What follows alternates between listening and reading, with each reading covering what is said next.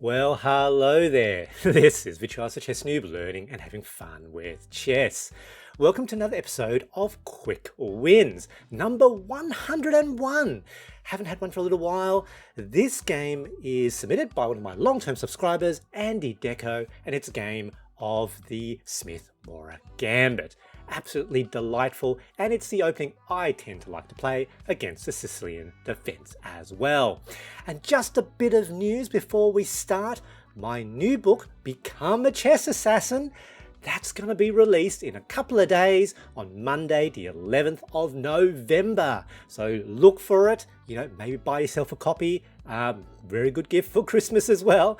Let's go take a look at this game. So Smith-Morra Gambit begins, of course, with the Sicilian Defense. So my mate plays e4, while I like to play very principled, and the Sicilian Defense c5, one of the best approaches by black.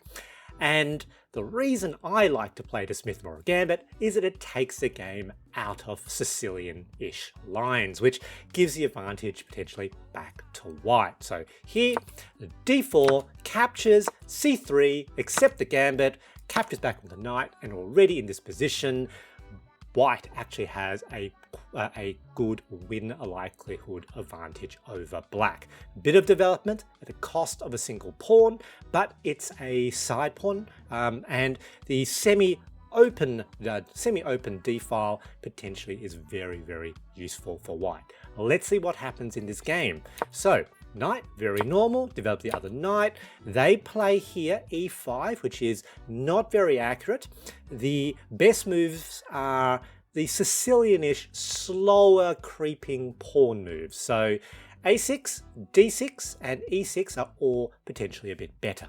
Here, very normal, develop the bishop, they develop the knight, and let's take stock of what we've got.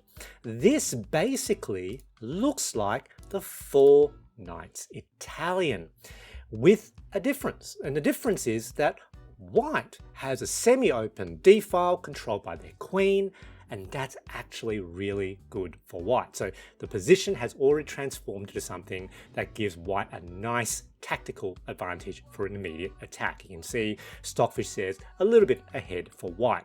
Here, knight attack. And against this move, black plays a logical, d5. What does this look a bit like? It looks like the two knights defense knight attack, or the beginning of the fried liver attack. But once again, white already has the semi-open d-file, which is actually really, really good.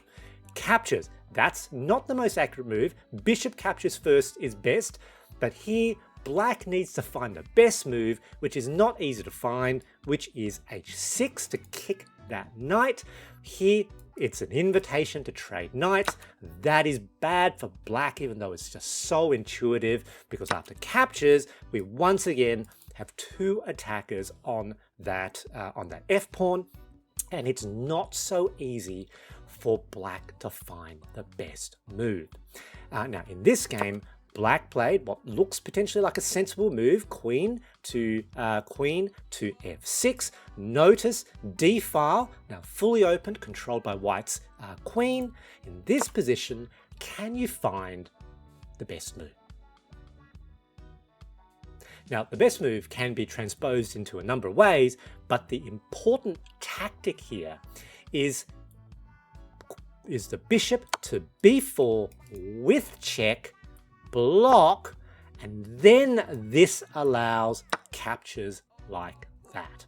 Okay, so that is something that is difficult to see. So in fact, in this position with check, the best move for white is to sidestep their king. Now, not an easy move to find. As I said, black decided to play this way, captures, and now look at that, controlled, forces black's king to bomb cloud. Now my mate pushes the b pawn, because that is potentially a checkmating attack. Unfortunately, black did not see that, decides to kick the knight. That's a mistake. They had to play knight this way because it blocks the queen's control of the d file, so that with the bishop, the king can move back to the d file. So very difficult to see there. That's a check. It's completely enclosed, and in this position, black opted to resign. Because they can potentially delay checkmate by 2 turns by blocking, check, and then blocking, and then that would be mate. Good game, GG.